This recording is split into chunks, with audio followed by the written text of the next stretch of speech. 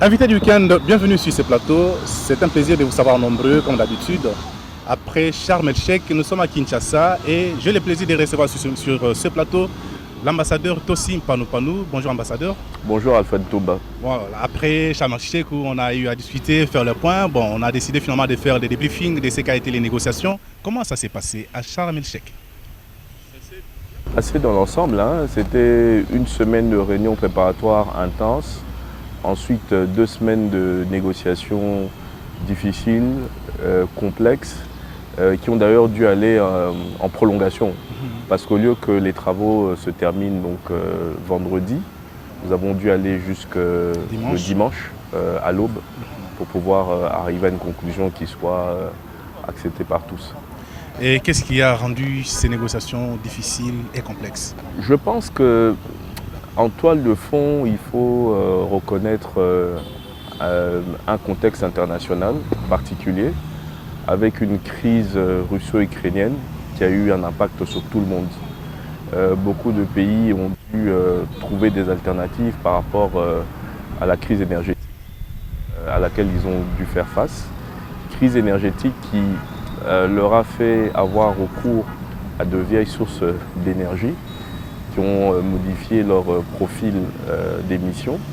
Et cette crise énergétique a également eu un impact sur le coût des denrées, le coût de plusieurs biens. Et donc ce contexte international a rendu cette négociation encore plus difficile qu'elle ne devait l'être. Mais finalement, on a vu quand même que vous êtes tombé à un accord, s'il faut le dire comme ça. Certains pensent que cet accord n'est pas assez ambitieux. Oui. D'autres pensent que il fallait quand même sauver Sharm el-Sheikh pour ne pas dire que l'Afrique a échoué. Oui. Est-ce que vous partagez les mêmes points de vue? Je pense que la décision qui a été adoptée, entérinée par les 197 parties autour de la table, est une bonne décision. Elle s'appelle donc Sharm el-Sheikh Implementation Plan, donc le plan de mise en œuvre de Sharm el-Sheikh. Et comme d'aucuns l'ont dit, il s'agissait d'une COP africaine, il s'agissait d'une COP de mise en œuvre. Et c'est vrai qu'aujourd'hui, nous sommes sur une trajectoire d'émissions qui nous envoie vers une hausse de température de 2,8 degrés d'ici la fin du siècle, ce qui est au-delà des 2 degrés qu'exige l'accord de Paris.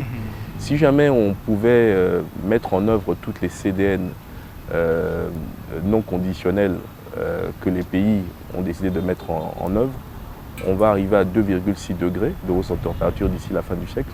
Et si on arrive à financer la partie conditionnelle des CDN des pays en développement, on descend à 2,4 degrés de hausse de température globale.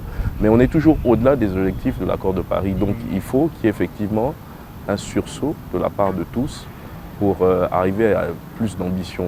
Et la décision de Sharm el-Sheikh y appelle.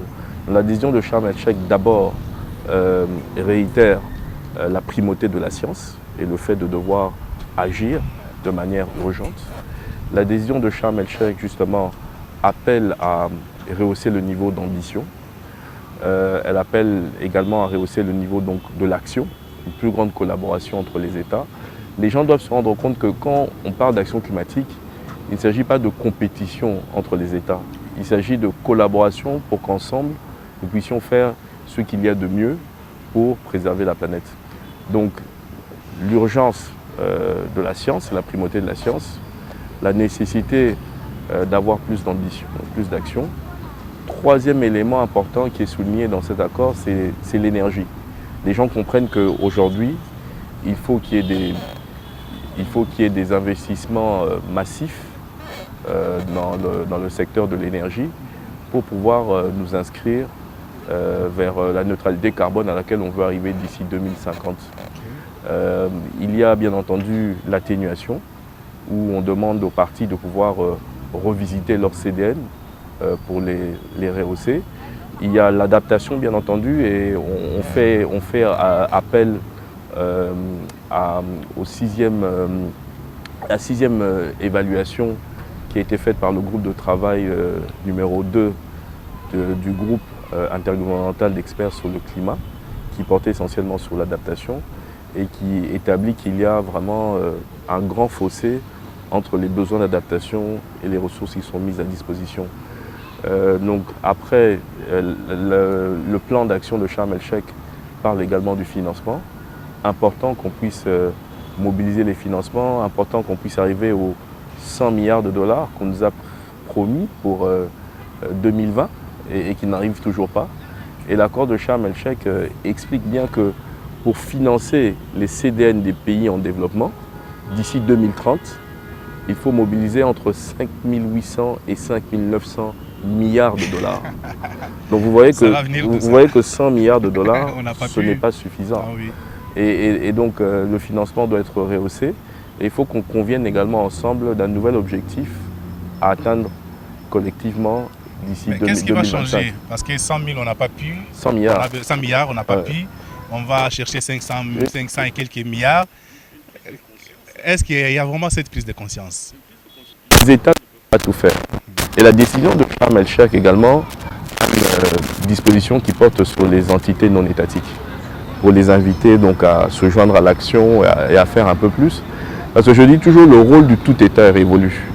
Aujourd'hui, l'État ne peut pas tout faire. Il faut faire appel également aux entités non étatiques. Il faut faire appel au secteur privé, aux institutions de recherche, aux organisations non gouvernementales. Tout le monde doit se joindre à l'effort. Il y a également d'autres dispositions contenues dans le plan d'action de Sharm el-Sheikh, notamment sur l'agriculture. Un plan de travail de 4 ans sur l'action climatique et la sécurité alimentaire est établi, qui porte le nom de Sharm el-Sheikh. Il y a également un appel pour qu'il y ait un plus grand renforcement de capacité en faveur des pays en développement. Et on parle aussi de la transition, qui doit être une transition écologique, une transition énergétique, mais qui se doit d'être juste et équitable. C'est-à-dire que les États doivent effectivement arriver à un profil moins important d'émissions de gaz à effet de serre, mais il faut que cela se fasse selon leurs capacités respectives, leurs circonstances nationales. Donc le plan d'action de Sharm el-Sheikh met tout ça en musique, et pour moi, c'est un résultat qui a été accepté par tous. Ça montre que le multilatéralisme continue à régner, à fonctionner. Et je pense que les diplomates égyptiens qui sont vraiment des férus diplomates, des diplomates qui sont très compétents, nous ont vraiment aidé à arriver à cet accord. Parce qu'aux dernières heures, même moi, j'ai commencé à perdre espoir. C'est ça alors.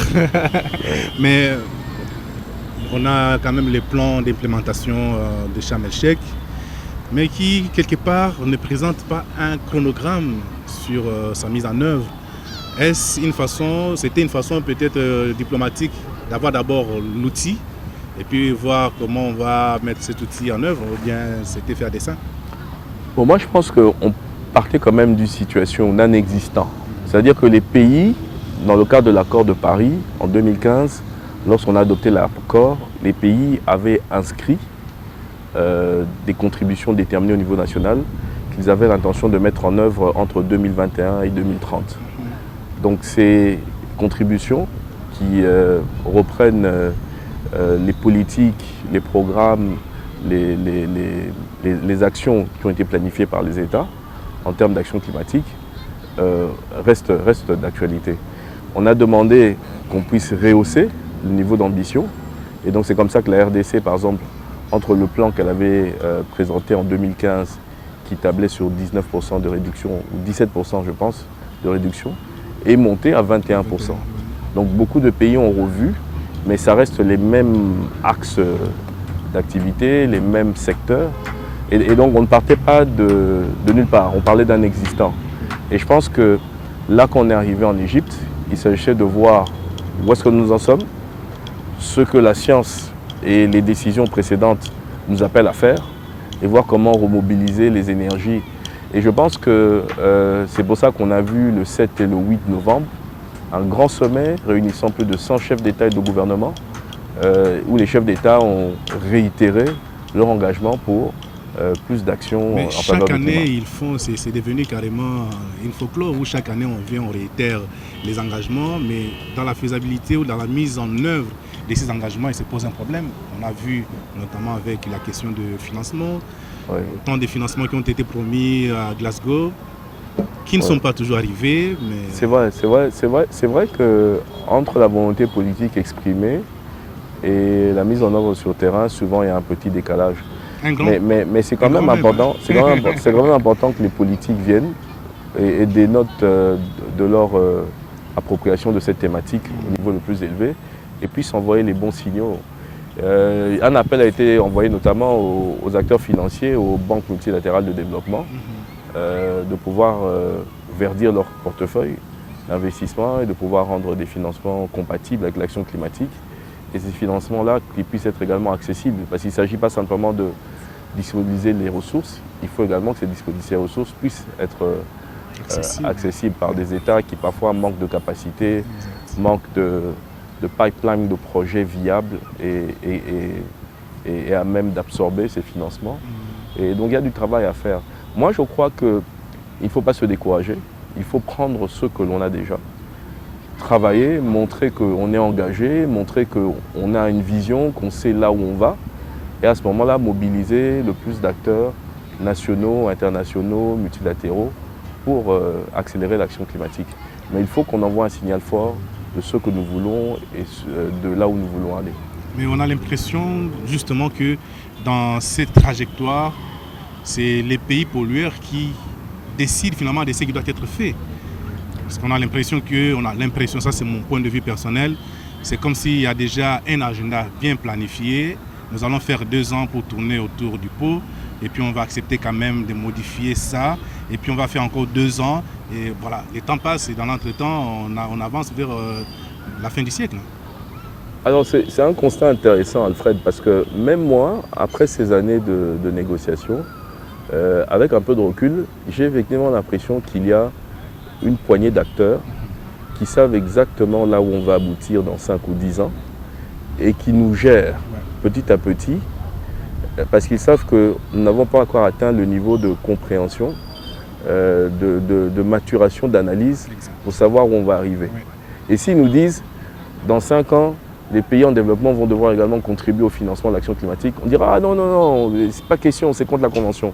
Mais ils nous gèrent petit à petit pour y arriver. À comprendre. Et donc c'est par exemple la discussion qu'il y a eu sur le financement des pertes et préjudices, où les pays développés, comprenant qu'ils vont devoir tôt ou tard mettre la main à la poche, comprenant qu'ils sont maintenant dos au mur, ils ne peuvent plus fuir, disent ok, on va financer les pertes et préjudices.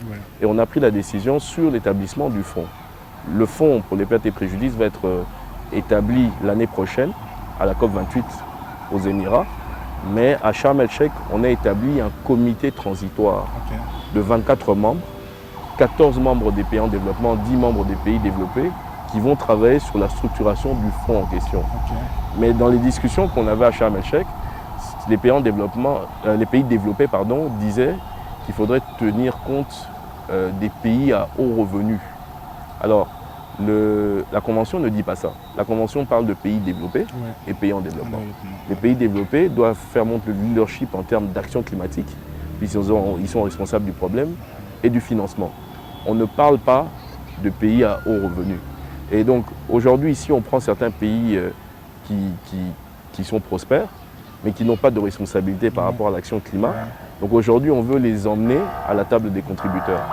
Et donc contribuer au même titre que la Chine, les États-Unis, ainsi de suite. Voilà. Alors que la Chine n'a pas à contribuer. Parce que la Chine n'est pas responsable historiquement parlant. Mais donc on est en train d'aller vers cette situation où on est en train de pousser véritablement, on est en train de culpabiliser les pays qui sont prospères à pouvoir mettre la main à la poche. Donc une proposition de langage qu'il y avait, c'était que les pays à haut revenu, mais n'étant pas petits États insulaires en développement, puissent contribuer. Parce que beaucoup de pays des Caraïbes, ils ont une certaine prospérité grâce au tourisme, parce que c'est des paradis fiscaux. Et ils ont une faible population, donc leur revenu par habitant est très élevé. Donc les pays développés disent, les pays à haut revenu, mais pas les petits États insulaires en développement. Donc vraiment, ça devient très ciblé. Donc on voit que l'Afrique n'a pas de pays à haut revenu. Hein, on est en général, même les pays prospères comme l'Afrique du Sud, le Nigeria et tout ça, on n'est pas des pays à haut revenu. Et donc on cible très clairement la Chine, Singapour, ce genre de pays, quoi. Et donc ça pose problème. Ça pose fondamentalement problème dans le sens où la convention est claire. Elle établit quel est le niveau de responsabilité et qui doit prendre le leadership. Mais d'autres pays peuvent contribuer de manière volontaire, mais on ne peut pas leur imposer, puisqu'ils ne sont pas responsables du problème du climat. C'est comme s'il fallait faire payer, punir des pays parce qu'ils sont prospères économiquement, alors qu'ils n'ont aucune responsabilité. Que ceux qui sont prospères économiquement, mais qui ont une responsabilité, paient effectivement, mais qui n'essaient pas d'emmener dans le groupe, dans l'ensemble, d'autres pays qui sont certes prospères, mais qui n'ont pas de responsabilité par rapport au climat.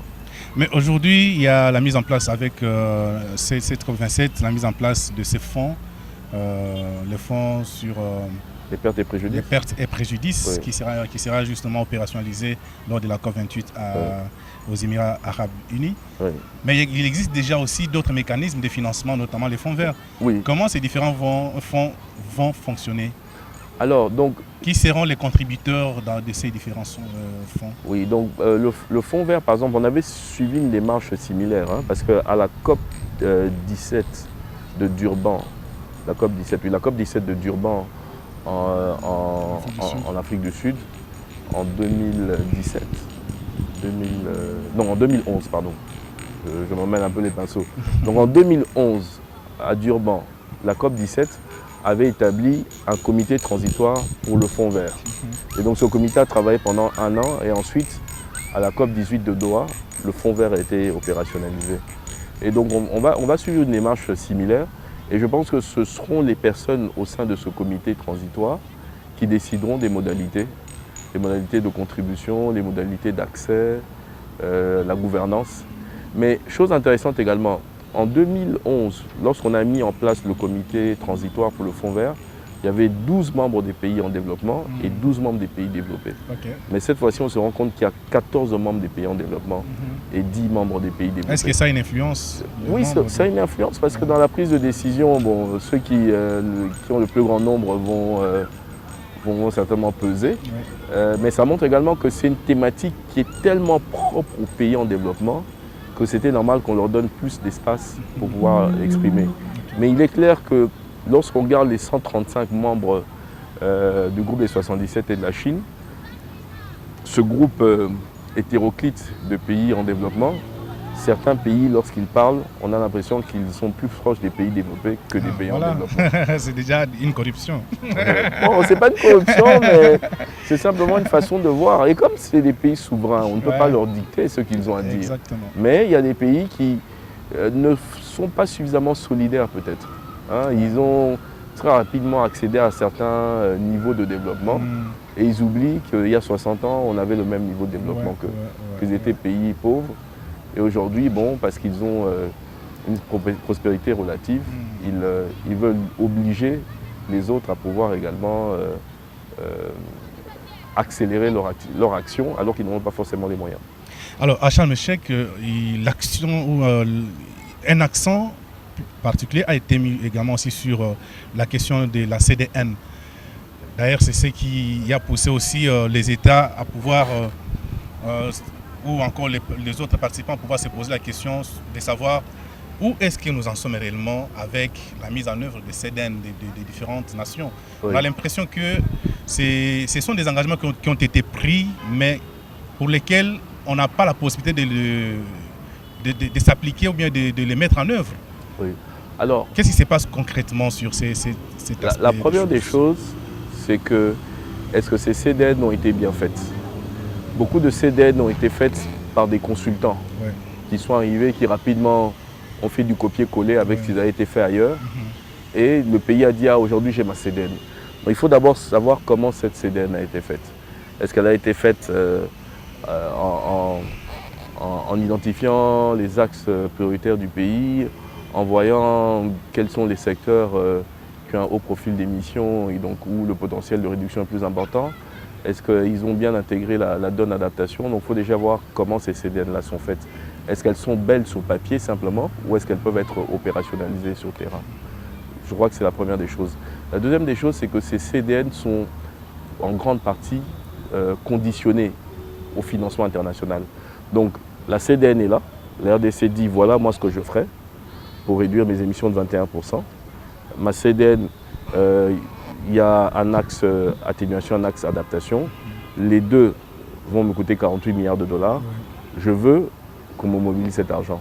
Et donc si l'argent n'est pas mobilisé, la RDC, qui a beaucoup de priorités, au-delà du problème climatique, aura du mal à financer sa CDN. Mais elle-même, la RDC n'a pas des responsabilités dans la mobilisation interne des ressources. Oui, justement. C'est pour ça qu'il faut que le ministère des Finances puisse travailler en étroite collaboration avec les ministères qui sont concernés par le gros de nos émissions de gaz à effet de serre, emmener dans la discussion le secteur privé, emmener dans la discussion le Conseil économique et social, puisqu'il réunit beaucoup de parties prenantes nationales, travailler avec les députés nationaux pour arriver à une loi financière qui aide à mobiliser plus d'argent. Parce que je pense que c'est prévu comme dans l'accord de Paris qu'il y a quand même une participation des États dans la CDN. Oui, bien entendu. Oui, mais on a l'impression que tout est rejeté sur... Non, mais il y a quelques années, j'ai collaboré à un travail qui a été livré à l'Union européenne sur l'identification des actions nationales qui devraient être incluses dans la CDN, mais qui ne le sont pas. Okay. Quand on prend notre plan national stratégique de développement, le PNSD, il y a beaucoup d'actions qui sont identifiées comme de simples actions de développement qui ont fait une grande composante climatique, mais ne sont pas répertoriées comme étant des actions de la CDN. Donc il y a déjà ce travail qu'il faut faire. Donc les RDC, de manière unilatérale, de manière avec ces deniers publics nationaux, financent beaucoup d'actions climatiques, mais qui ne sont simplement pas répertoriées comme telles. Donc il faut déjà faire également ce travail pour ensuite monter au créneau et dire voilà ce que je fais déjà avec mes finances propres. J'ai besoin qu'il y ait plus de mobilisation pour le financement quelles sont international. les activités que vous avez dénichées justement, qui devraient normalement être... Bon, ça remonte à plusieurs années. Il faut que je puisse revisiter le travail. Mais il est clair que beaucoup d'activités qui sont faites dans le secteur de l'agriculture, dans le secteur des forêts, dans le secteur d'une meilleure gestion des ressources hydriques, dans la gestion des déchets. Toutes ces choses-là qui sont financées souvent au niveau par nous-mêmes, par nos propres ressources, pourraient être éligibles à être appelées action climatique, mais ne est simplement considérée comme une action normale de développement. Et donc je pense qu'on gagnerait plus à rendre visible, à disponibiliser un narratif qui soit plus en adéquation avec la réalité, parce que ça dénoterait du niveau d'ambition réelle que le pays a. Est-ce qu'on peut penser aujourd'hui que Sharm el-Sheikh a été un succès, non seulement pour l'Afrique, mais aussi pour le monde? Je pense que Sharm el-Sheikh a été un succès déjà parce que mobiliser comme ça 35 000 personnes qui viennent des quatre coins de la planète autour de cette exception du climat, c'était quelque chose de notable. Et il y a eu beaucoup d'engagement, déjà au haut niveau politique, ensuite la société civile, les acteurs non étatiques, et ensuite les experts, les négociateurs, les ministres. Moi je sais que par exemple que la RDC et les pays de la coalition des forêts tropicales humides, la Rainforest Coalition, se sont battus pour rajouter des dispositions portant sur les forêts dans cette décision de Sharm el-Sheikh. Parce que quelque part ça avait été oublié.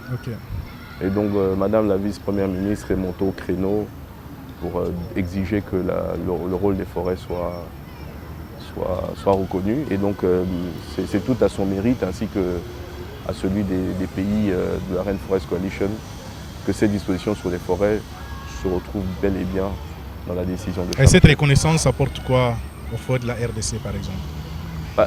Déjà ça confronte la RDC dans son message qu'on est un pays solution. Parce que comment est-ce qu'on pourrait être un pays solution si on ne reconnaît pas le rôle de nos forêts? La décision reconnaît le rôle des forêts tropicales humides. Et donc, la RDC, lorsqu'elle monte au créneau en parlant de son rôle de pays solution, elle dit vrai. Parce que même la décision de Sharm el-Sheikh reconnaît le rôle des forêts. Félicitations à la RDC. Félicitations à la RDC.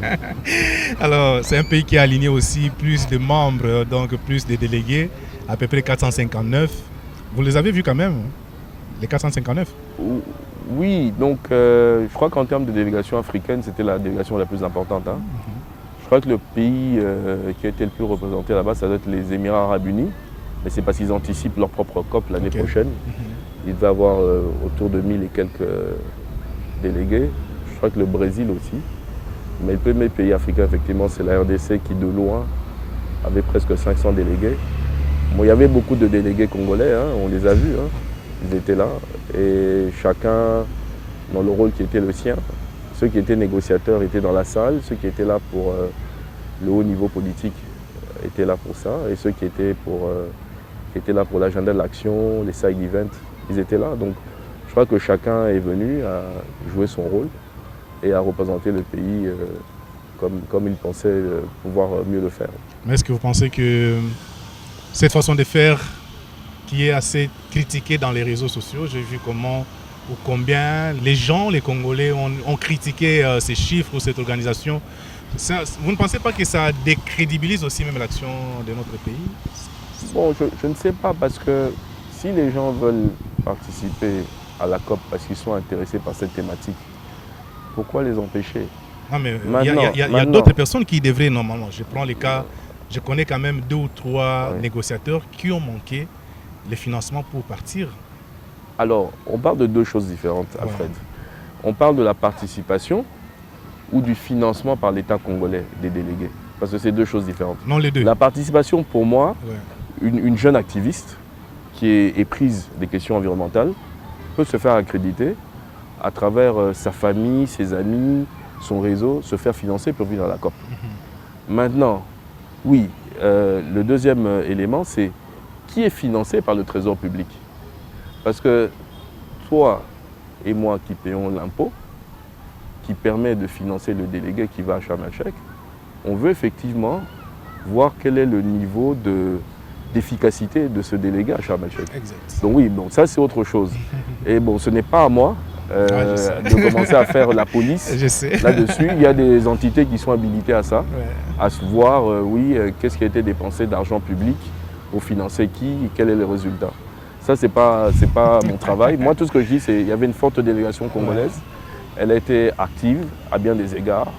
Et donc voilà, moi j'étais content. On avait un grand stand.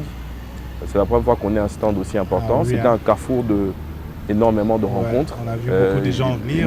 Il a été géré de manière très active. Et donc voilà, c'était un lieu de rendez-vous. C'était un lieu incontournable au cours des 2 semaines de la COP. Super. Monsieur l'ambassadeur Tossi, est-ce que vous pensez qu'il y a une question que je ne vous ai pas posée par rapport à Sharm el-Sheikh? Non, moi je suis là pour répondre à tout. Hein. Donc moi je ne vais pas commencer à suggérer des questions. Il est clair que bon, oui, il y a des questions qu'on peut se poser, mais bon, moi je crois que... Comme quoi? On inverse les rôles. Oui, je deviens le journaliste. Voilà. Comme quoi, tu deviens l'invité. Moi je crois, est-ce que les gens ont bien compris ce que voulait dire Congo Pays Solution? Est-ce que les gens ont bien vu l'illustration de ce que ça voulait dire, Pays Solution? Est-ce qu'entre maintenant et la COP l'année prochaine, on a une idée claire de quelle action on va mettre en œuvre pour pouvoir renforcer ce message de Pays Solution? Parce qu'il ne faut pas simplement déclarer qu'on a un Pays Solution, il faut le démontrer à travers des actes concrets, des réalisations efficaces. Et montrer qu'effectivement le pays se positionne pour cela. Et donc il faut qu'il y ait une bonne gouvernance forestière, il faut qu'il y ait une bonne stratégie pour les minerais stratégiques, il faut qu'il y ait un plan de développement ambitieux pour les énergies renouvelables, il faut qu'il y ait une bonne planification de transition écologique, il faut qu'il y ait une grande sensibilisation. La décision de Sharm el-Sheikh parle de l'éducation, parle de la manière dont il faut sensibiliser les parties prenantes pour pouvoir justement renforcer l'action climatique. Est-ce que dans les manuels scolaires qui vont être remis à nos élèves, est-ce qu'on parle de RDC Pays Solution? Est-ce qu'on parle de transition écologique? Est-ce qu'il y a des campagnes de sensibilisation par rapport à ça? J'ai vu à Sharm el-Sheikh, j'ai vu beaucoup de drapeaux congolais, Pays Solution. Mais au-delà du drapeau, au-delà du drapelet, est-ce que Est-ce que les gens comprennent véritablement ce que ça veut dire? Donc voilà la question que je peux poser. Et voilà, ceux qui doivent y répondre pourront y répondre. Très bien. Ça, c'est un travail que nous avions fait en amont, avant même de partir à la COP. On avait posé la question aux Congolais pour savoir qu'est-ce qu'ils pensent de la RDCP Solutions. Alors, je vais laisser les téléspectateurs suivre les réponses de Kinois, à qui nous avions tendu notre micro, et nous y revenons.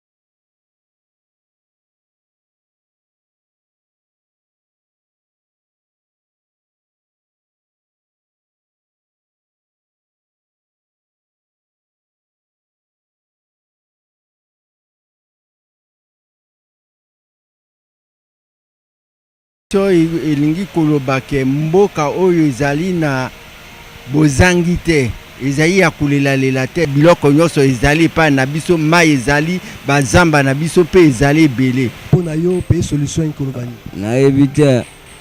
La RDC regorge d'immenses massifs forestiers, d'où en sa superficie, elle occupe la deuxième place dans le monde.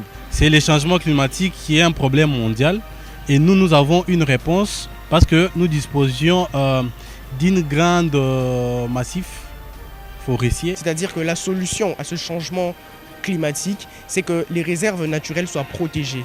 Et la République démocratique du Congo fait partie des réserves puissantes au monde, des réserves naturelles les plus puissantes au monde, avec notamment la forêt équatoriale. Et donc, ces types de réserves-là sont celles qui, avec un écosystème puissant, pourraient aider la planète à toujours continuer à avoir les mêmes régulations climatiques et consorts. C'est un pays qui regorge de beaucoup de richesses. Voilà ce qu'on peut appeler pour moi un pays solution. Nous jouons un rôle important quant à la régulation des climats. C'est pourquoi on nous appelle pays solution. Donc, c'est par rapport à nos eaux, par rapport à nos forêts, nous jouons un rôle vraiment important pour les climats. Le Congo est le cœur de l'Afrique. Nous avons la forêt, nous avons des fleuves, nous avons combien de rivières et nous avons combien de sources et de lacs. Et dans toutes les provinces, il y a des richesses. Le Congo est le pays solution. Nous sommes engagés dans un processus que nous appelons la réduction des gaz à effet de serre liés à la déforestation et à la dégradation des forêts. Et ça, c'est une solution. Nous sommes parmi les pays qui ont un bassin hydrographique à une grande potentialité. Et donc, c'est le fait que c'est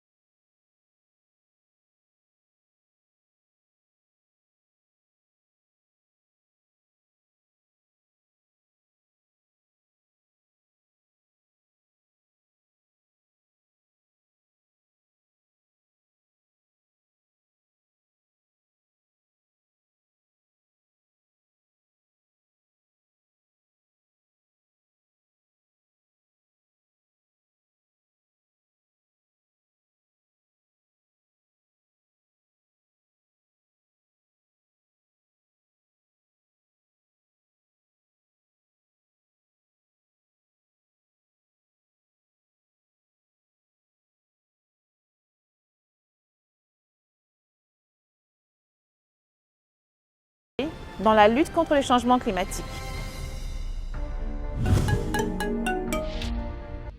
Voilà, que vous avez posé une question et il y a des réponses. Voilà, très bien. Voilà, très bien.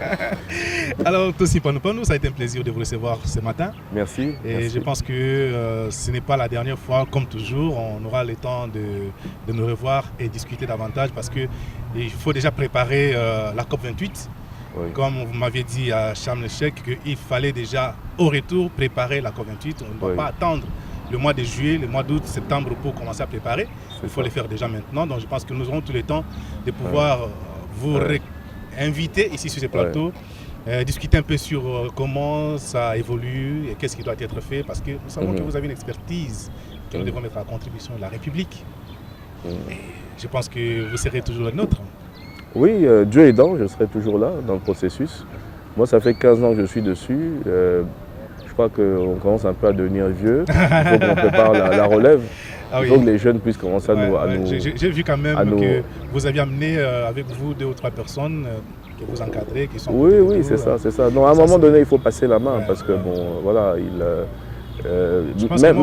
moi aussi, je dois commencer à préparer la relève. Oui, c'est important. Parce que même là, parmi les délégués avec lesquels on a commencé la négociation, beaucoup d'entre eux d'abord sont montés en grade.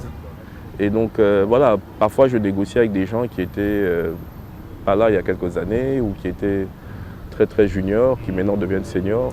Donc on voit que même dans les équipes, il y a une évolution. Il faudrait également que ce soit le cas pour la RDC. Donc je crois que l'appropriation politique va continuer parce qu'elle est là. On a vu le Premier ministre à Sharm el-Sheikh, on a vu son engagement, le discours qu'il a prononcé au nom du chef de l'État. On a vu sa participation dans l'événement sur l'initiative des forêts, des leaders. On a vu Madame la VPM, notamment l'accord tripartite qui a été signé avec l'Indonésie et le Brésil. Et on connaît l'attachement du chef de l'État à ces thématiques. Donc je pense que l'engagement politique va continuer. Il n'y a rien à dire là-dessus. Ouais. Maintenant, il faut qu'on travaille véritablement sur le niveau des experts, qu'on sache qui est négociateur, qui travaille sur quelle thématique, quels sont les rapports qu'ils font sur ces thématiques et comment elles doivent être intégrées dans l'action de la RDC. Et ensuite, il faut voir comment gérer les parties non étatiques, le secteur privé, nos ONG, qui d'ailleurs, je suis très heureux d'avoir vu que nos ONG sont montées au créneau pour s'inscrire en faux par rapport à certaines positions d'ONG internationales qui font du Congo bashing du matin au soir pour dire il faut qu'on se développe, il faut qu'on réduise la pauvreté et on ne va pas laisser la RDC comme ça sous l'emprise d'un agenda international caché qui est développé dans des bureaux climatisés de capitale occidentale pour pouvoir empêcher la RDC de mener ses actions de développement. Donc je crois que politiquement, on est bien au point. Il faut maintenant qu'au niveau des experts, au niveau des entités non étatiques, qu'on puisse peut-être mieux structurer les choses pour vraiment ne pas rater le rendez-vous de la COP28. Voilà, un dernier mot. Fred, c'est toujours un plaisir de venir à l'émission et je suis très heureux d'avoir vu énormément de jeunes Congolais à Sharm el-Sheikh, très actifs, se déployant ici et là, ne passant pas tout leur temps au stand de la RDC, mais étant dans beaucoup d'activités parallèles et portant haut le message qu'au niveau de la RDC, il y a une conscientisation par rapport à cette question du climat et que les jeunes se sont appropriés et que les jeunes ont décidé de prendre leur destin en main, de pouvoir se déployer avec beaucoup de dynamisme. Et donc ça m'a énormément fait plaisir, ça m'a rassuré, ça m'a rasséréné de voir que la jeunesse est en train de prendre le relais. Merci beaucoup ambassadeur, ça a été un plaisir comme je le disais et nous vous fixons rendez-vous prochainement, toujours avec les mêmes plaisirs. Quant à moi, je vous dis aussi merci pour avoir suivi cette émission. Vous avez des commentaires, n'hésitez pas à nous laisser vos commentaires sur nos pages. Et portez-vous bien et à la prochaine.